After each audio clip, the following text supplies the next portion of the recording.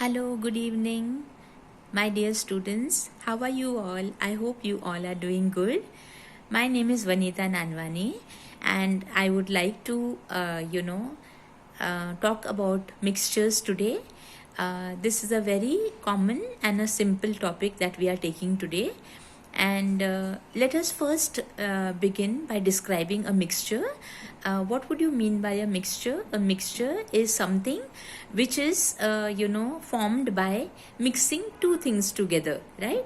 Now, these two things can either be of the same variety or they can be of two different types of, mixtures, two different type of ingredients, right? And the ingredients can be either in equal or in unequal quantity, right? So I hope the concept of a mixture is very clear. Having said that, let us move on to understand the two different type of mixtures. One is a homogeneous mixture. A homogeneous mixture would generally mean something in which the ingredients are all assimilated together, like how you must be taking a smoothie at home, right? Or when mama makes chutney for you, you know that it is made of different ingredients, but it's in a form of a smooth paste, right? You cannot actually see the different ingredients which are put in it, but you know that there are different ingredients in it, right? So then the green chutney or the Coca-Cola that you have is a form of a homogeneous mixture. And the next type of mixture is a heterogeneous mixture. Now, what do you mean by a heterogeneous mixture? I'm sure you all enjoy eating bhel, isn't it? Bhel puri. So a bhel puri would generally consist of so many different yummy things like puffed rice, the peanuts, the shave, the farsan, the tamarind chutney. Oh my God, my mouth started watering when I said that, right? So that is what you mean by a heterogeneous mixture. Okay, so I hope the concept is pretty clear. Now let us move on to the different types of separating a mixture. We'll try it with easy examples so that you can understand. So the first type of separation that we are going to look at is the solid from solid. Now, what do you use to separate a solid from solid from another solid? You will use a solvent.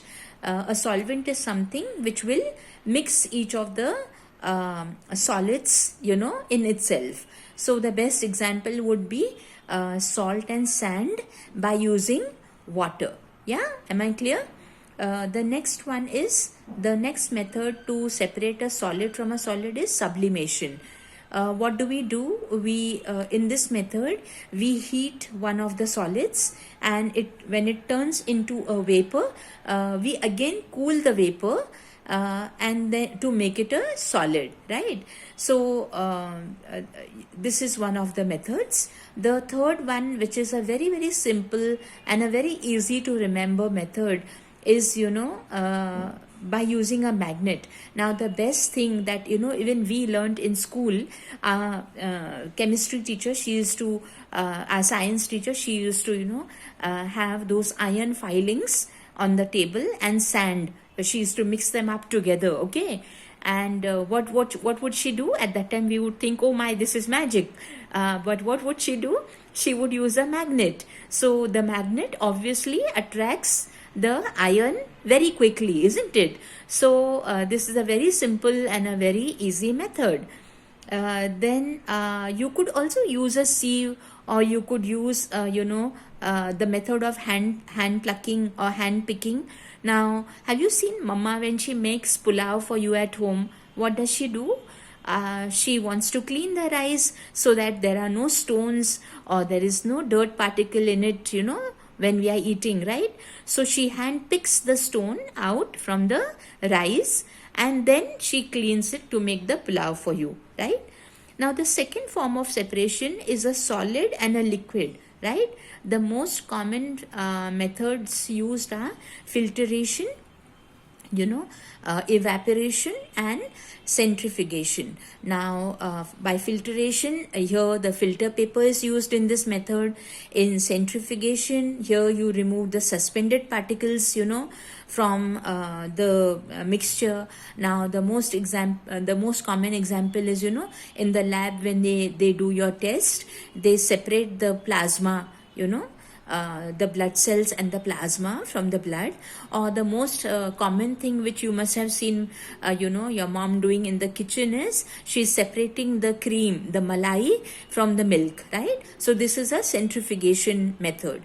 And the next one is the evaporation method. As the name suggests, this method is useful to separate solids which get dissolved in a liquid, right? So like how you have the dye and the ink, right?